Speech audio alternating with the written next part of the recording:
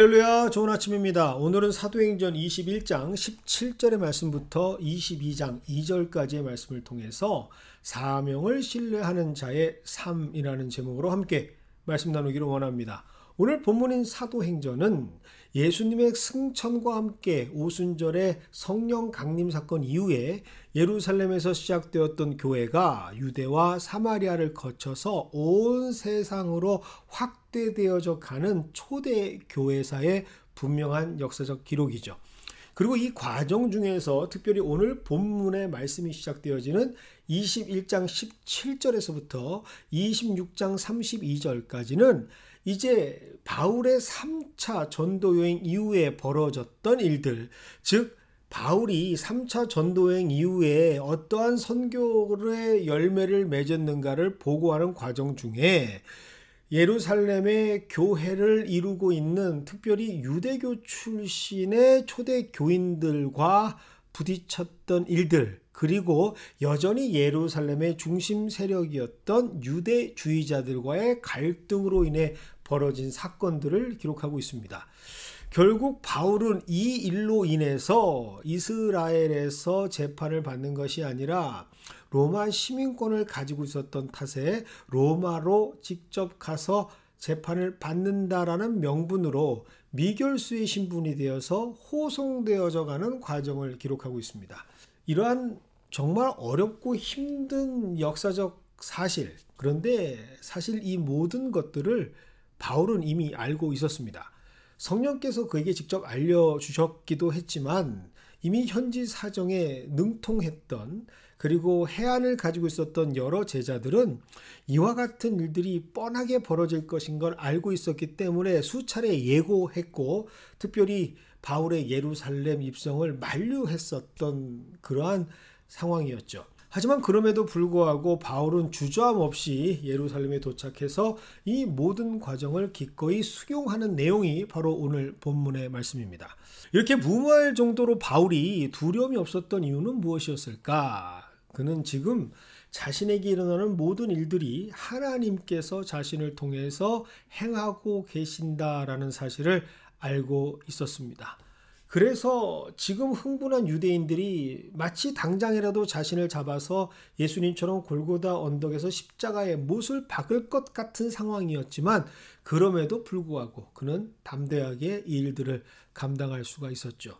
그 중에서도 가장 가슴 아픈 일은 무엇이었을까? 바로 목숨 걸고 감당했던 복음 전파의 열매에 대한 보고를 하는데, 그 보고를 듣고 예루살렘 교회 지도자들과 예루살렘을 이루고 있었던 교회 성도들의 그를 향한 오해였습니다. 예루살렘의 지도자들과 성도들은 바울이 마치 새로운 종교를 만든 것처럼 생각했습니다. 바울이 디아스포라, 즉 흩어져 있는 이방의 유대인들에게 모세를 배신하게 만들었고 율법을 부정하게 했다라는 오해들로 가득 차 있었습니다. 참으로 안타까운 일이 아닐 수 없죠. 하지만 바울은 이마저도 담담하게 받아들입니다. 충분히 그럴 수 있다라는 식으로 오히려 더 넓은 마음으로 그들의 염려와 오해를 수용합니다. 그러나 문제는 변하지 않던 자기 생각에 똘똘 뭉쳐 있었던 율법주의자 유대인들이었죠. 이들은 바울이 이방인과 함께 동행하는 것을 보면서 그 이방인이 성전을 더럽혔다라고 모함하면서 흥분하며 백성들을 이용해서 바울을 잡아 성전 밖으로 끌고 나가서 바울을 때려 죽이려고 합니다.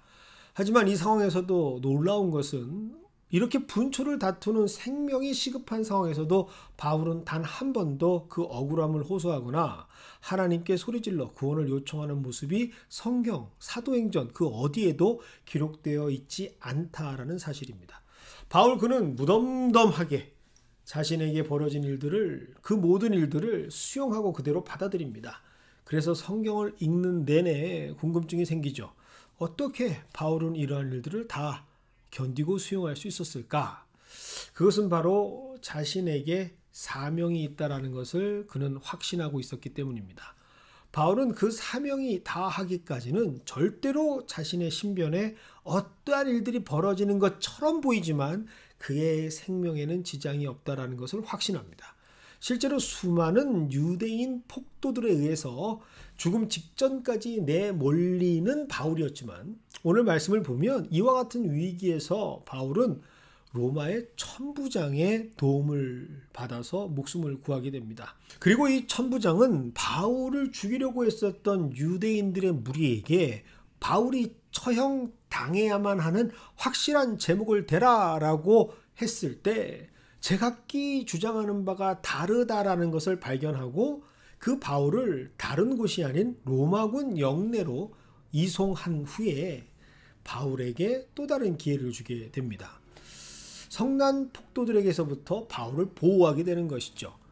그리고 이때 바울은 유창했던 헬라말로 천부장에게 자신을 스스로 변호할 수 있는 기회를 달라라고 말하면서 오히려 그 기회를 통해서 성난 군중들을 향해 다시 한번 자신의 삶에 깊이 자리 잡은 예수 그리스도의 복음을 선포하게 됩니다. 이렇듯 분명한 사명을 가진 자는 어떤 상황 속에서도 흔들리지 않는 대범함과 함께 믿음의 사람으로 하나님께서 세워주시는 축복을 얻게 됩니다. 사명은 모든 환경을 뛰어넘는 역경과 고난을 돌파해낼 수 있는 강력한 원동력이기 때문이죠. 그래서 사명자는 죽음을 두려워하지 않습니다. 이것이 바로 오늘 본문에서 우리가 깨닫기를 원하는 하나님의 말씀이죠. 우리 인생은 저마다 다릅니다. 각자의 추구하는 삶의 방향성과 그리고 그것을 이루어가는 다양한 방법들이 있습니다. 분명한 개인적 성향의 차이점이 있고 문화의 다양성이 있기 때문에 우리는 어떤 것이 옳고 좋은 것인지 구별하기 너무 쉽지 않습니다. 하지만 그 어떤 요소들로부터 침범받을 수 없는 원칙 하나가 있습니다. 그것은 바로 모든 것을 하나님께서 주관하신다라는 사실이죠. 이것을 믿고 신뢰하는 것, 그것이 바로 신앙생활입니다. 마치 아무리 급박하게 휘몰아치는 드라마와 같은 인생이 내 앞에 전개된다 할지라도 결론은 메인 작가이신 하나님께서 정해놓은 결론으로 귀결될 수밖에 없는 그것이 바로 우리의 신앙생활이죠.